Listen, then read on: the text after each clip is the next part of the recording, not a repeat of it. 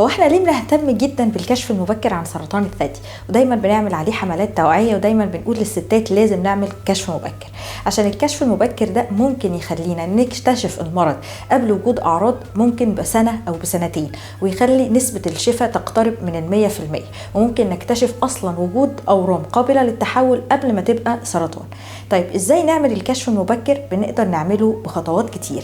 أول حاجة وأهمها هو الماموجرام فوق سن 40. أي سيدة عندها فوق سن 40 لازم تعمل ماموجرام كل سنة، حتى لو هي مش بتشتكي من أي حاجة ومش حاسة بأي أعراض. طيب لو تحت 40 وعايزة أعمل كشف مبكر هقدر أعمله إزاي؟ يا إما بالفحص الدوري الشهري، وده في البنات اللي من سن 20 ل 30 تقريبا. بنعلم البنات إزاي يفحصوا نفسهم والميعاد بتاع الفحص وطريقته الصحيحة كل شهر.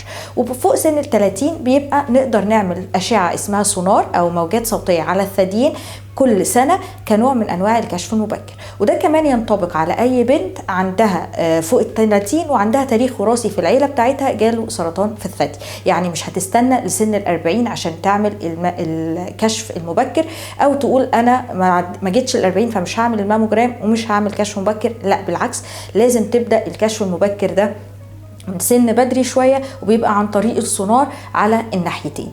الكشف المبكر بيخلينا نكتشف المرض في مراحل بدري قوي، بيخلي فرص العلاج ممكن نتغاضى عن العلاج الكيماوي، ممكن نتغاضى عن العلاج الإشعاعي لو اكتشفنا الأمراض أو الأورام بتاعة الثدي في فترة مبكرة أو في مرحلة مبكرة اللي بنسميها المرحلة الأولى أو المرحلة 0. كان معاكم دكتورة سارة زيتون، استشاري جراحات أورام الثدي التجميلية بمستشفى شفا.